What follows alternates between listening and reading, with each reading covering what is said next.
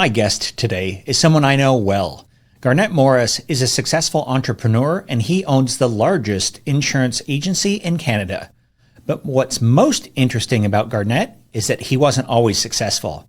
He had a very rough childhood that he doesn't like to talk about, and he also had some business failures.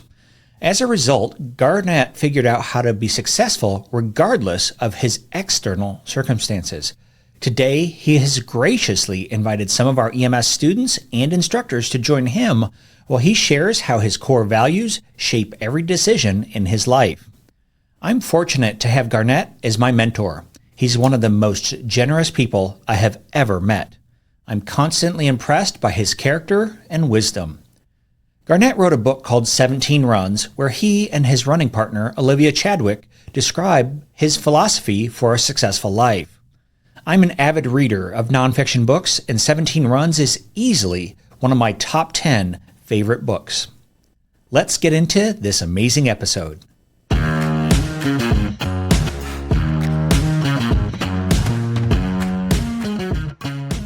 When you look back into the early 1900s to now, we've slowly lost our ability to do hard things.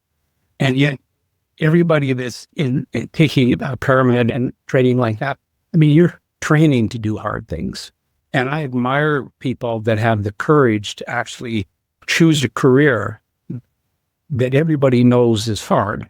And so I want to be able to use you as an example as I go forward and do some other talks this spring about what it's like to do hard things. And I hope that you can join Matt on his social media feeds to talk about why you choose a career to do hard things.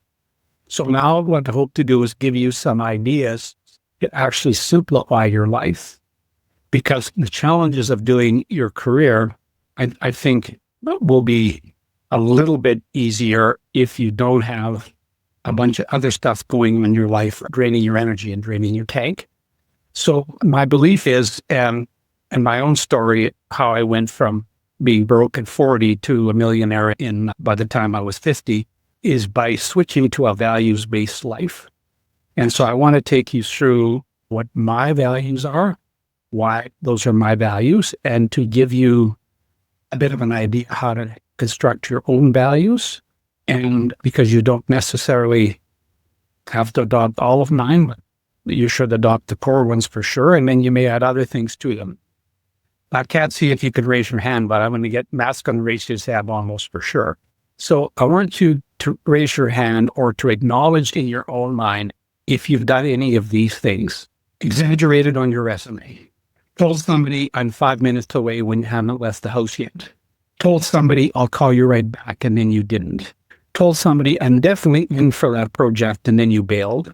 Have you ever said I'll do that and then you didn't? That makes you unreliable, and ultimately it makes you a liar. And I want you to stop and think about that. Because if I went up to you and said, you're a liar, you'd be deeply offended. But if you think about the things that we just talked about, those are all lies. That makes you a liar, makes you unreliable. And if you just stop and don't do that anymore, I can promise you it dramatically will change your life. So it just means that you'll learn to do what you say.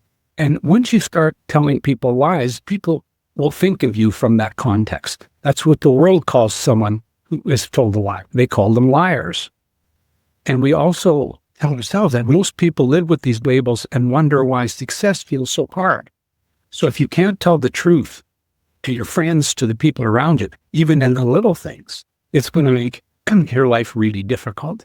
So I want you to think about how that label liar feels. Because if you can internalize that feeling, I can tell you that you're likely to stop telling lies. And I don't care if it's a little tiny white lie or if it's a monster, it's a lie. And I can tell you, I think about that every day. I think about lying every time I open my mouth to make sure that I'm being extremely candid. And if I can't be candid, I just keep my mouth shut rather than make an excuse. So if lying makes you uncomfortable or thinking about that makes you uncomfortable, I'm glad, because it should. Now imagine that label is permanent because you keep doing it. So as you go through life, you keep doing these things over. And so lying becomes almost part of your life. And so I really want to start this part I'm going to talk about the really big impact thing, because that's the single thing that you have to do. And I just want to give you an example. You're in an ambulance and you're 25 minutes away and you tell the people you're 5 minutes away. That could be life or death. So if you're so used to always being extremely candid, extremely forthright, and extremely honest, people will come to trust you, and people that are trusted get all the opportunities in the world. Like I can tell you, I can promise you that's true. So the discomfort that becomes your reputation. It defines who you are, and it limits your opportunities. So that, like you say, as you start to think about this, if you don't adopt the reputation of being someone that's forthright, that's honest, that will tell the truth no matter what, then people will define you as someone that, not that dependable, whatever. So the secret of high achievers is to live a value-based life. I had to go through all this stuff myself. I had a mentor. That's why I mentor other people. And I learned all these things. It's not something I was born with, and it wasn't something my parents taught me. This is something I learned, and I'm really going to encourage you. You can have these slides, but I really want to encourage you to adopt these values. So with a small set of values that you follow no matter what, success becomes inevitable. So going back to lying, I want you to adopt the approach that I will not lie. No matter what the circumstances, I will not lie. I will not embellish. I will be forthright and honest. And if I don't know how long it's going to take me to get there, I'm going to say, I don't know. So everything else is negotiable in life, but values are not. So to create a set of non-negotiable values, I will explain my family set of values. And I have my values like that on my phone. I have a plaque on the wall in my office that reminds me every day, this is my code. This is the code I live by. So the following slides explain the values our family has come to share and live by. So you aren't really part of our family if you don't have these values. That's a very honest approach. I have siblings. I had a tough childhood. I had my brother and sister commit suicide a couple of weeks apart. I have another sister who's a drug addict, and I have one sister that come out the other way. And I don't associate with my sister who's a drug addict because she doesn't share my values. She's not honest. She embellishes the truth. She's manipulative. So when you get those people out of your life becomes simple. And my values have produced wealth and unbreakable relationships and a deep fulfillment in my life. It's really interesting. I'm a really big introvert, and this is why I'm sitting in an office in Vancouver talking to people in Texas. But the thing that you find is when you adopt those values, you will meet so many interesting people along the way because people are attracted to people that have strong values. And I really encourage you to take these values and use them, and it'll work for you, I promise. I mean, it's unequivocal that if you adopt strong values, people will be attracted to you because it's a strength that just isn't in our society these days. So if you use them as is or customize them and make whatever you choose, make them absolute. So they should be black and white. The number one is radical integrity. Think about that. We do what we say we're going to do, even when nobody is watching. So I'll give you an easy example of radical integrity. So if you have told yourself you're going to become fit and you're going to work out every morning and nobody's watching and you're laying in bed and saying, no, it's not how this works. I don't care that I don't really feel like it today. I've made a commitment to work out 5 days a week.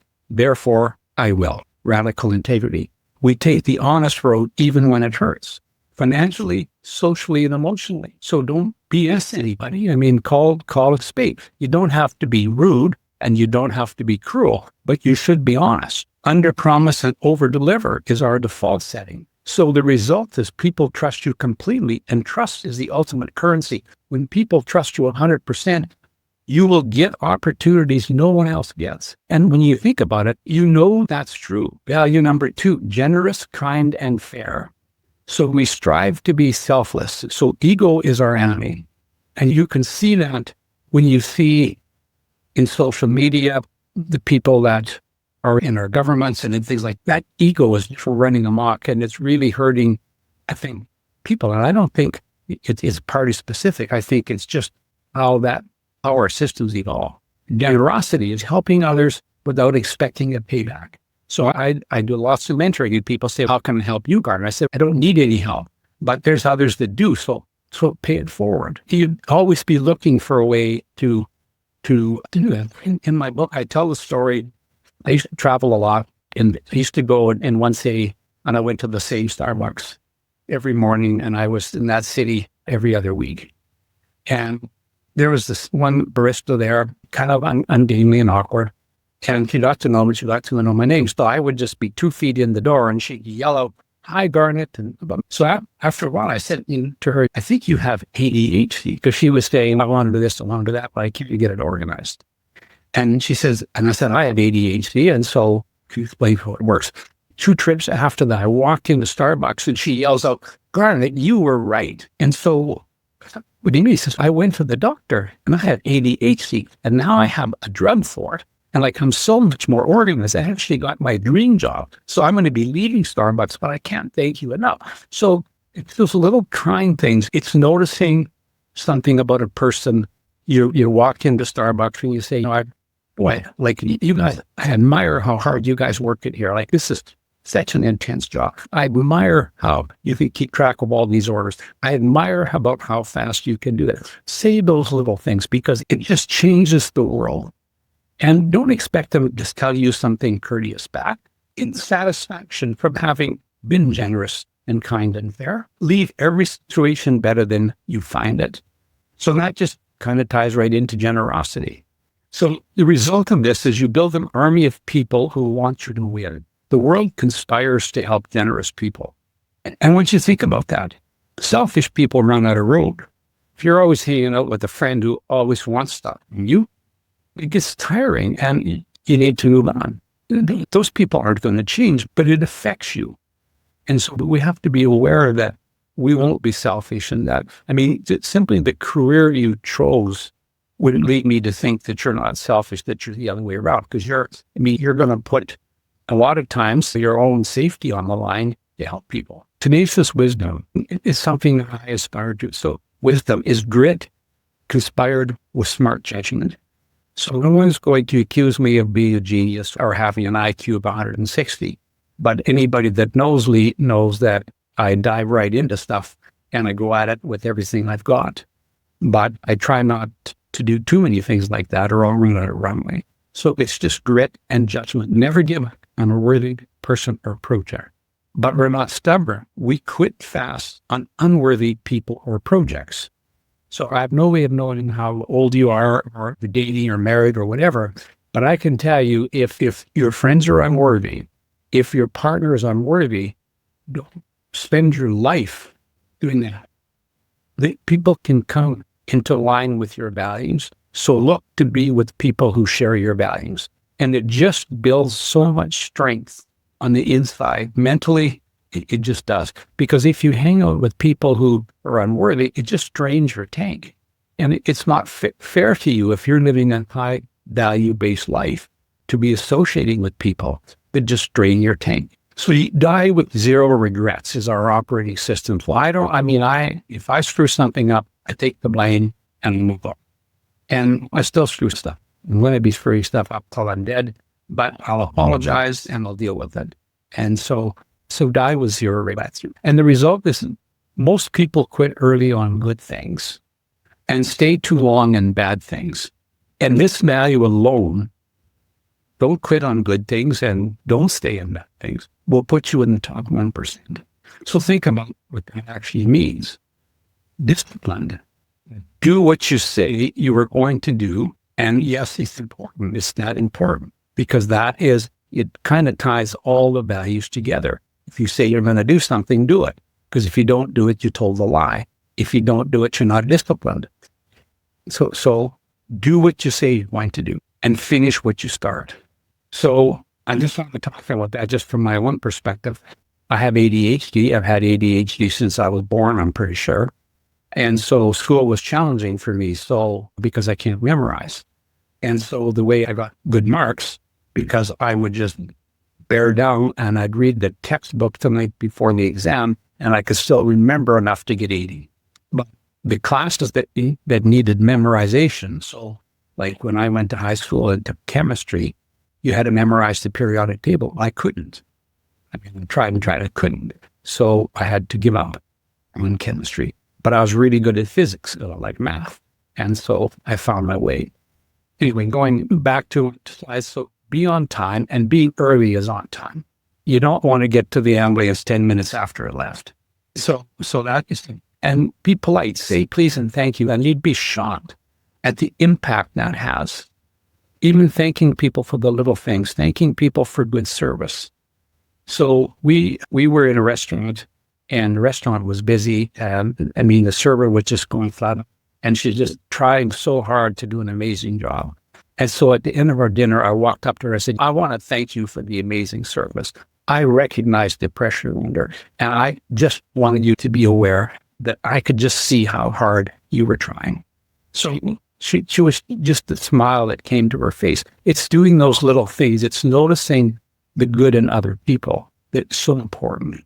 So the result of being disciplined is a stored success. Small disciplines compounded to massive outcomes. And undisciplined people stay stuck forever. So going back to fitness, if you work out every day and you follow a good diet, you will be successful and be healthy. Yeah, sleep too. But if you don't, and if you say you're going to work out and then you lie to yourself and you don't, and you go on Monday, but you don't go the rest of the week, and you spend your day at McDonald's or whatever, you're not going to have success. So storage success is just doing the right thing over and over and over. And I mean, this is a big thing for me, and this is something Matt and I have talked about a lot, loyalty. So I'm very loyal, but I'm not stupid about it. If you are not loyal back, and if you are continually taking advantage of my loyalty, then I will exit stage left, and I'll leave you standing in the field, and I won't want anything to do with you going forward. So where loyalty is warranted, it should be unconditional and fierce. I go to war for you, if, under loyalty. But when loyalty is not warranted, walk away fast and forever. Good. And no second chances for people who betray you. And when you think of these things, think about how that simplifies your life, how that gets the drama out of your off hours. Just think about that. No second chances for betrayers. No grudges either. Just a clean cut and move on.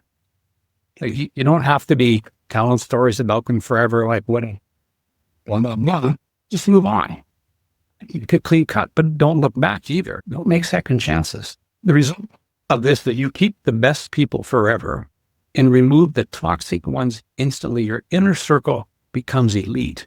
And you will notice this building and building and building, because when you operate in that operating system with those values, the circle around you will just grow, because people want to be with people who are loyal, who are honest, who are disciplined, who are generous.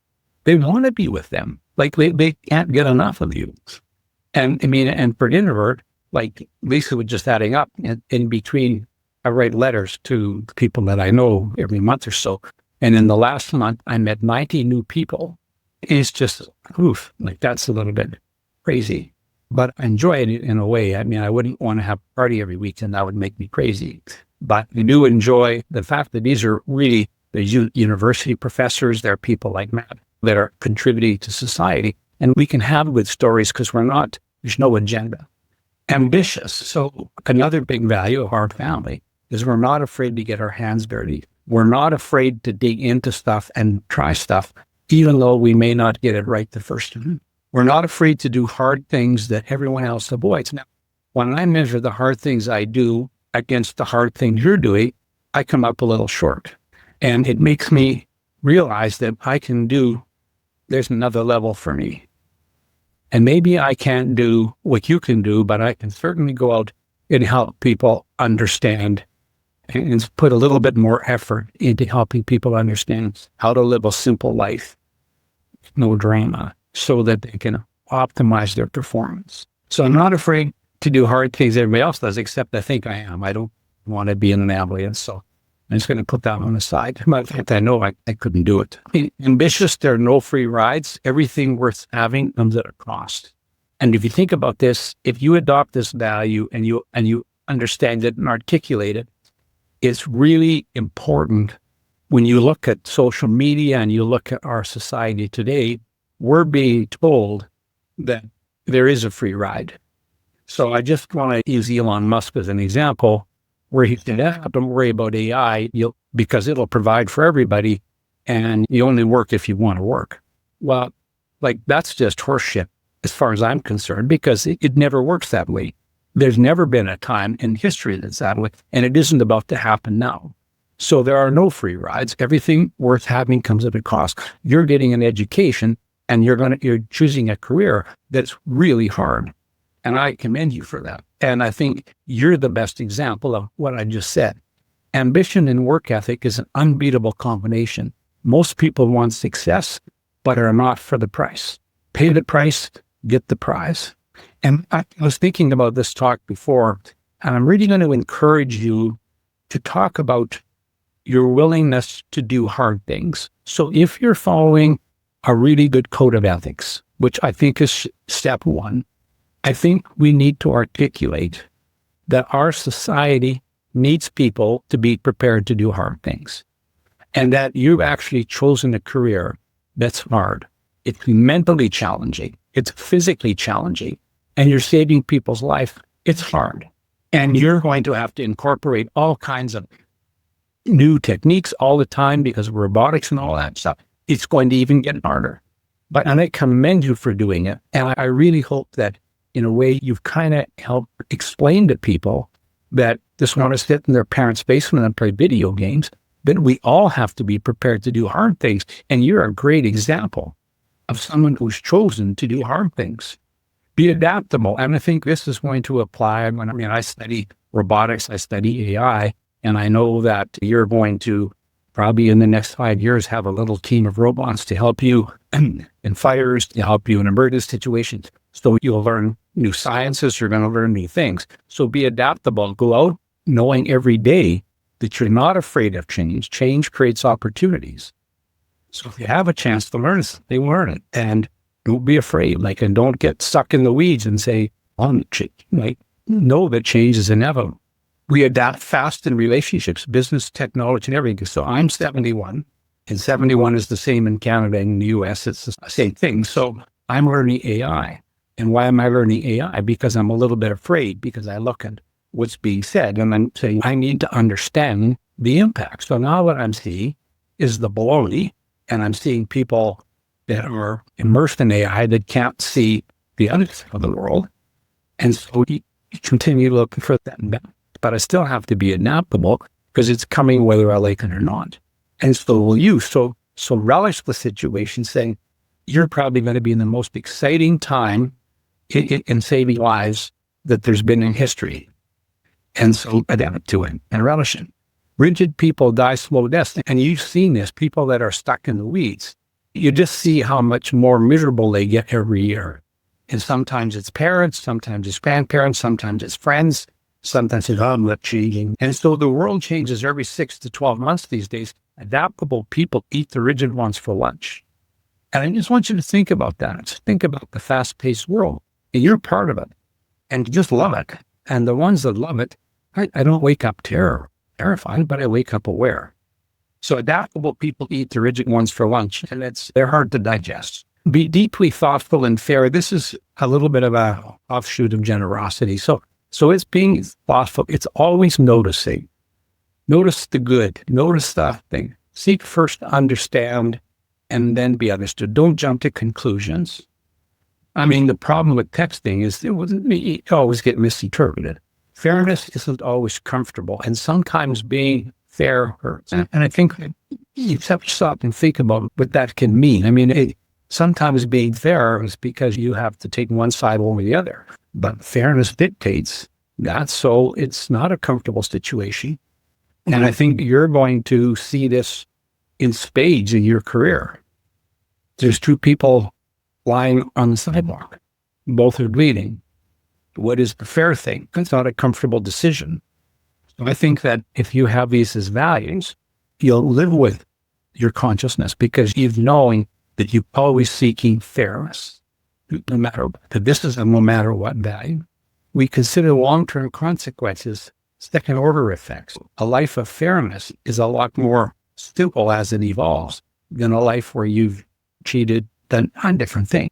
So you make better decisions than 99% of people. Better decisions, better life.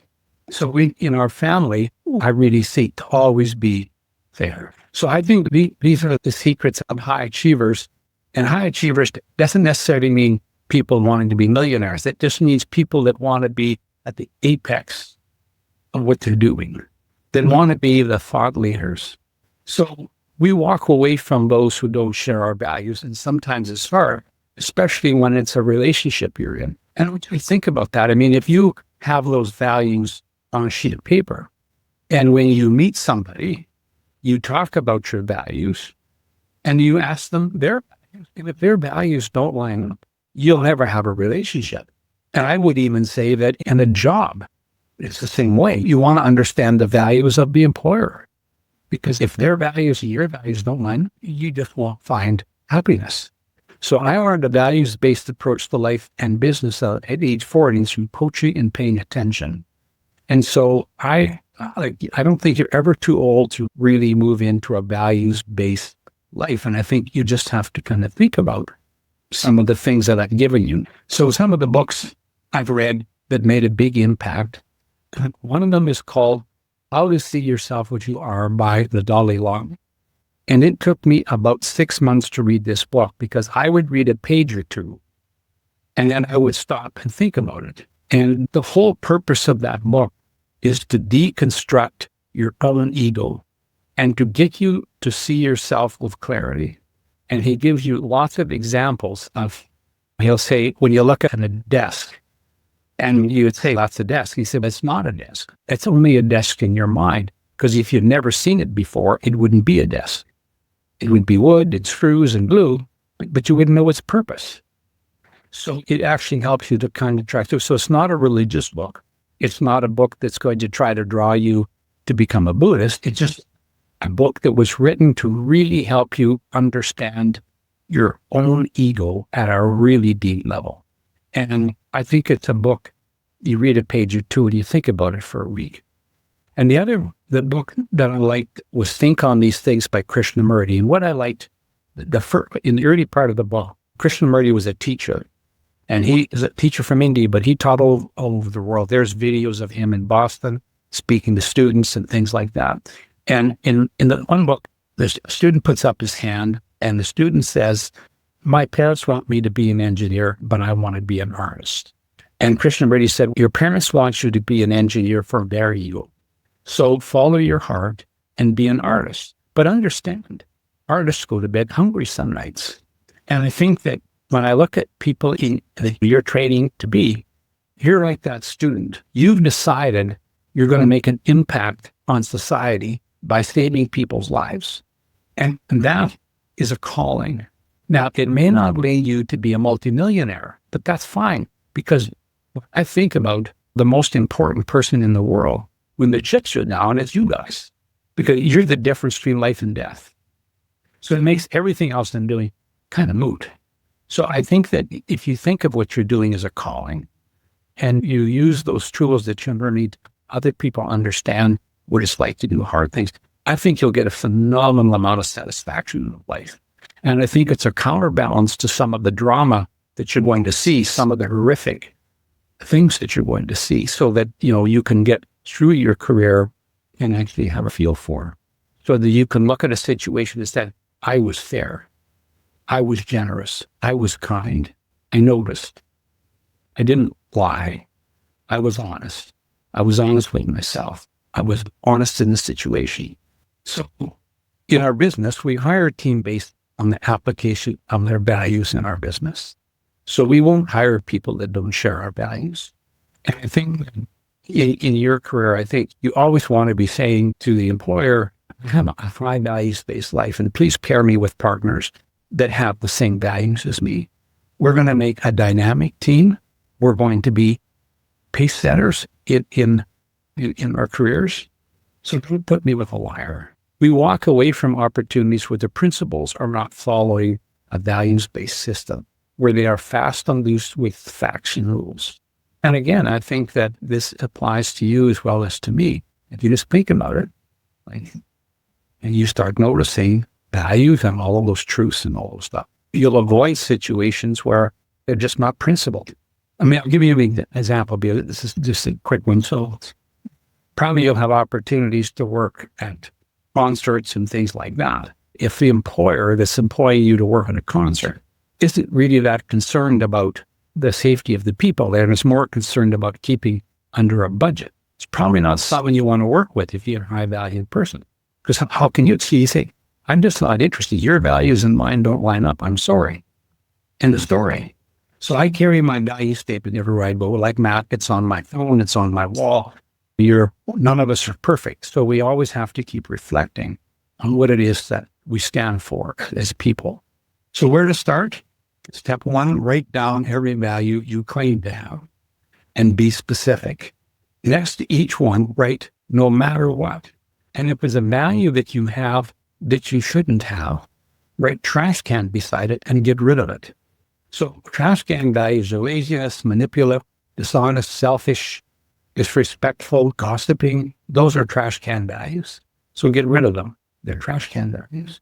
The values that you want are values that you will follow no matter what. I will not lie no matter what. I will be generous no matter what. And throw out your trash can values and recognize that they're gone from your life. Take the remaining values and make them absolute. Again, no matter what. This is how we live our life, no matter what. Tell 3 people your new non-negotiables. Put them on your fridge. You have to have the courage to say, this is how I live my life. Now, maybe in the past, I was not quite that person, but from today on, I am. I'm a grown-up. I can tell the difference between lying and not lying. So I'm choosing not to lie any further. And I'm telling you this because I'm proud to say I will not lie in the future. An example. And success is not complicated. It really isn't. So success is the result of doing the right thing over and over when no one else is, and watching for decades, staying with it. So I'm learning this. I mean, I have a set of rules to follow. I organize myself. I do the same things every day in the same approach. I run on a schedule. I get up every morning at 6:30. I don't meditate because I have ADHD. So when I tried to take meditation classes, the teacher told me I was the wiggliest person she'd ever seen. But I sit in silence for an hour and I just think. And I think about my life and the things I need to do. And then I work out for an hour, then have breakfast, and then I start tormenting people. But I do it every day, Monday to Friday. And I live by my no matter what values. And I can tell you, if my children don't, they're out. They're still my children. The love is still there, but they don't participate in the family activities because they're disruptive. It's a hard thing to say, but it has to be that way. Don't keep a bad bird in the nest with 4 good birds. Destroys it for everybody. So if you live by your no matter what values, I can promise you the universe will reward you beyond your wildest dreams. And I just think about yourself going around in life with the values we just discussed every day, all of the time, no matter what. And you think about just how you're going to feel on the inside. And people are going to say, this guy's just incredible. But he's just always so solid. Live by your trash can values and you'll wonder why life feels so hard. And I know if you look around, you see a lot of people who live by trash can values. And now you're going to say, I know why you're stuck where you are. You can't tell the truth. And part of the ability of telling the truth is to tell yourself the truth. Don't make up the story to yourself even. And we didn't really talk about that, but lying to yourself is just as bad as lying to anybody else. So don't lie to yourself about your level of fitness. Be honest. And if you can't find a baseline for your level of fitness, go to a gym and get someone to tell you what your baseline fitness is. Just don't make up a story about it. And I got to tell you, so at one time when I was 40, I was 320 pounds, maybe more. And I set up a program. I decided I was going to get fit. And I started down a program. And so I said, if I get to 240, I'm going to be trim. At 240, I was still fat because actually I'm a really skinny guy. So now I'm down to 190 and I'm probably 10 pounds overweight. So you think about that. I had to learn to be honest with myself when I looked at 240. So 240, actually, I'm still not trim. Like I'm still a fat guy, but I'm not as fat, but fat is fat. So I really hope you get rid of your trash can values, and you're going to notice how many people haven't.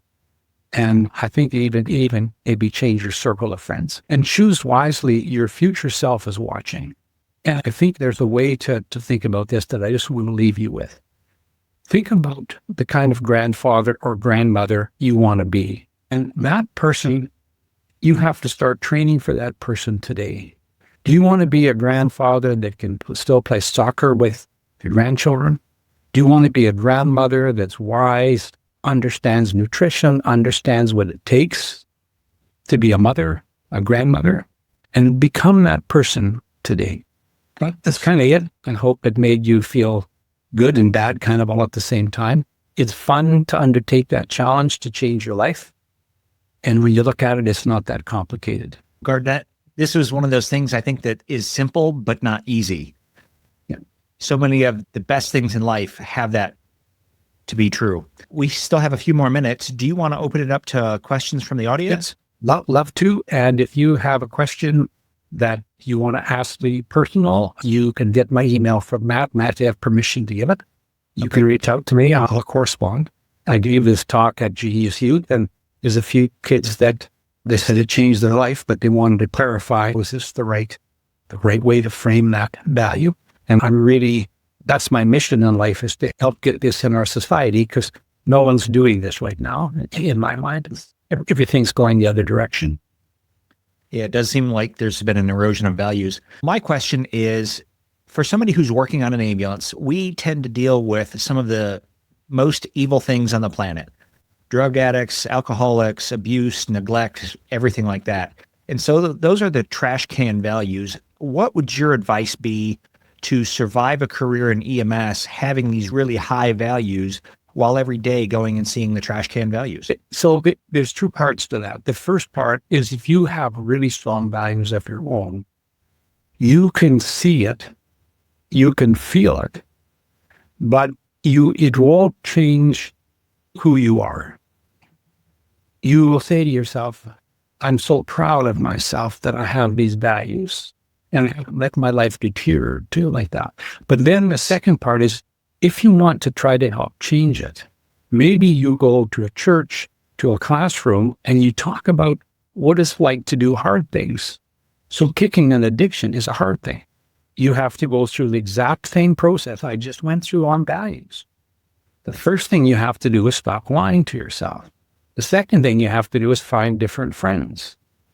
So I think that as a paramedic, I think it's a challenge that you have PTSD, all those things. So if you can uncomplicate the rest of your life, and if you can be honest with yourself and say, I'm starting to suffer a little bit, I'm going to reach out and get help now before it becomes a crisis.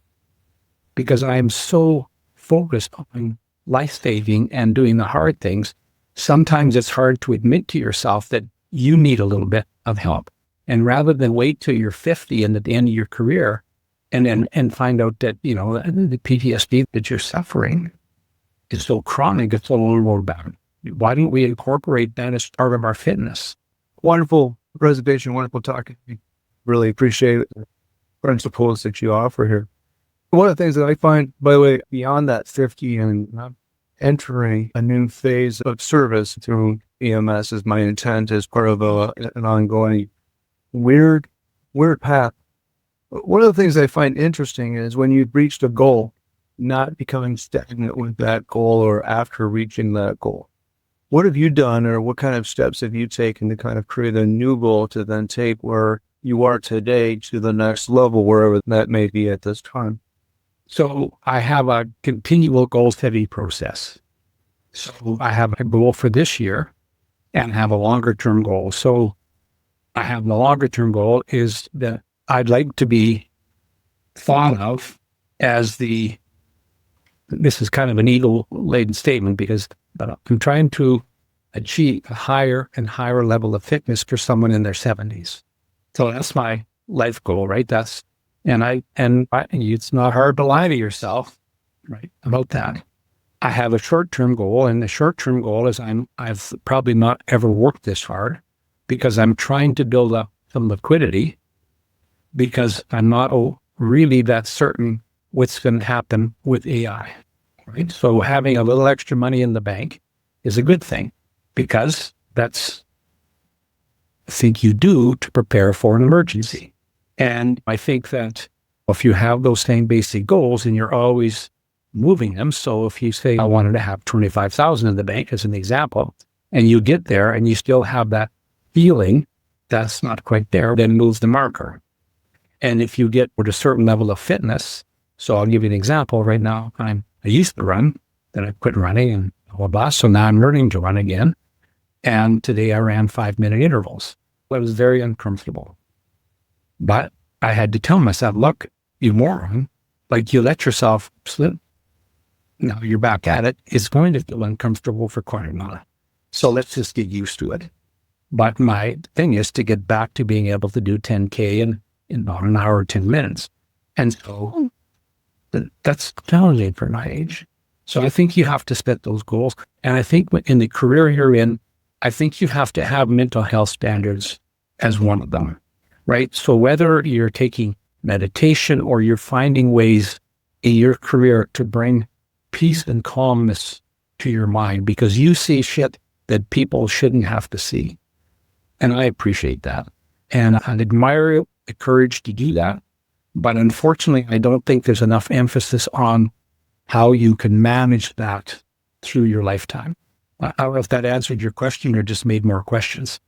Well, it was phenomenal. That was a great. Moving the post is one thing. I'm in the process of addressing my own lapse in physical fitness, so I understand that I'm rowing. I'm doing similar but different exercise to avoid knee impact. But I think moving the post is something, evaluating where you're at. It was all kind of in my head, but having somebody else tell me that, yeah, you're supposed to do that.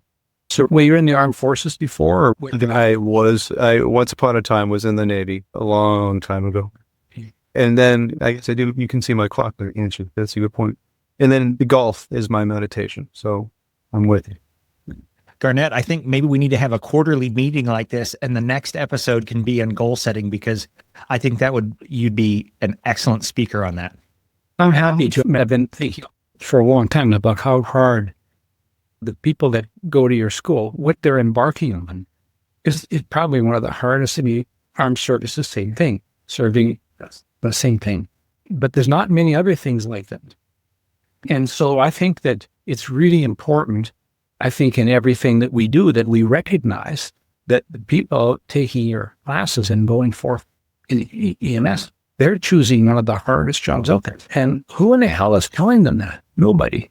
No, and it's a really good point. I mean, if you think about what paramedics can do, a lot of it is very similar to if we run a cardiac arrest call, what an ER doctor can do.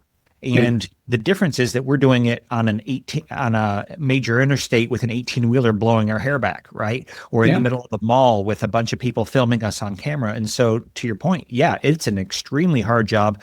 Not only is there the medicine, but there's the operational side, and we bring those together. And I don't think that we get enough credit sometimes for really how hard it is. I challenge you to do a podcast on hard things. I really do, because I think you could, if you ask each student, why did you choose to do one of the hardest jobs that are there?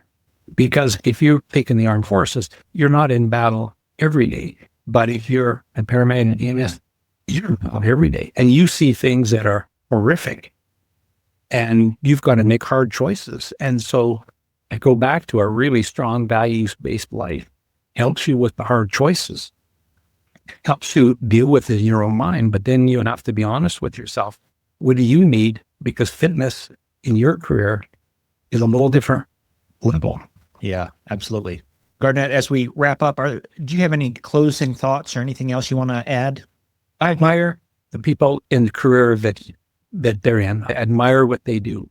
And it's really caused me to think and really caused me to want to revamp even my presentation to actually get people to think about what a hard thing even is. And I think that's the message that your class people can go forward and start to say, like, we exemplify what doing hard things are. So in your career, what hard things are you choosing to do? If you're a coder, what are you choosing to do that's hard? Because we have to be adaptable. We do not know when we go to work, whether we're seeing a heart attack, whether we're seeing a gunfight, a knife fight, car accident, we do not know. We have absolutely no certainty of the day we're going to face. So tell me, what are you doing that's hard? What are you doing to prepare for adversity? Wow. I got a question. Go ahead, Stephen. I got a question. So I kind of looked you up. There's that book, 17 Runs. Is there any way we can incorporate that book into our daily work as far as to make ourselves better and better providers and everything else? I think the place where I would really start is actually, I would do a workshop on values. And if you wanted a workshop done, I could probably, one person that I learned from that has a little values program, I'd probably get him to volunteer to do this as a class, is Rich Christensen. So he's from Salt Lake City. He's studied values. He mentored under Stephen Covey. And I think he actually has a formal workshop that I'm betting I could get him to do for your class. And if your class wanted something like that, I think that's the starting point for what you're looking for. So then every day you go back and say, have I lived by my values? And is there a little change I have to make? Because those values give you that solid underpinning to do one of the hardest jobs in the world, because you're comfortable in your own skin and you're not going to work because you have all this trauma at home or from your friends or from your lifestyle. There's no trauma there. It's just you show up every day and there's nothing, you're not dealing with anything else besides the things that you're going to have to deal with today. And so if Matt wants that, I'll make the introduction and I'll make sure I can make it happen. But it's a formal workshop with a workbook kind of stuff. And I really think that you guys are the most deserving of that kind of attention, because the more I thought about what you do every day when you go to work that other people don't do, that level of pride, it just has to be there. And we have to to have that pride, you have to have those solid values. That's what I've been bugging Matt for a while. Yeah, this has been great. And Garnet introduced me to Rich Christensen. So if you haven't listened to the EMTS Academy podcast with Rich Christensen on it, it's podcast number 2. And you can look that up. And again, if we can make that happen where we actually have another workshop, I'll be happy to put that out to everybody. Yeah, he made a little book with all for Rich and have a chat with them, and then I'll connect back with you, Matt. And I want him to volunteer to do this because I've been thinking about this almost obsessively. Your folks are not getting that recognition. It's amazing. We aren't. And I hate to say it, but it's 100% true. And I've felt it forever. Firefighters get a lot of recognition. Police officers, they get a lot of hate, even though they have an extremely hard job. But EMS is just kind of left to, nobody really thinks about how difficult it is and how important it is. There's nothing, I believe, that compares to that. Because you see the worst of the world first. It's so true. And that's why I believe you have to have rock solid values.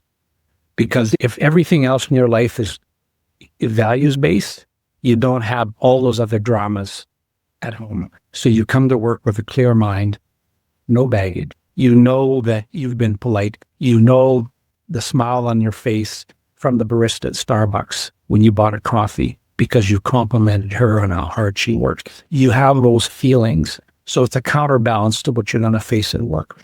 There's all kinds of fireworks going off in my brain, and we can talk offline about some more of this. I want to respect your time as well as our students' time and instructors who are on the call. So again, Garnet, thank you so much for sharing what you shared today and being here and your willingness to just give as much as you have, both in my life and now in our students' and instructors' lives. Hope everybody enjoyed it. Absolutely. So until next time, we'll see you later. If you'd like to become an EMT, a paramedic, or even earn your bachelor's degree in EMS from Texas State University, visit emtsacademy.com or scan the QR code on your screen. At EMTS Academy, we train the next generation of EMS professionals from the classroom to the field. Thanks for listening. And remember, the world needs more people who can stay calm, think clearly, and save lives. Until next time, stay safe. Bye.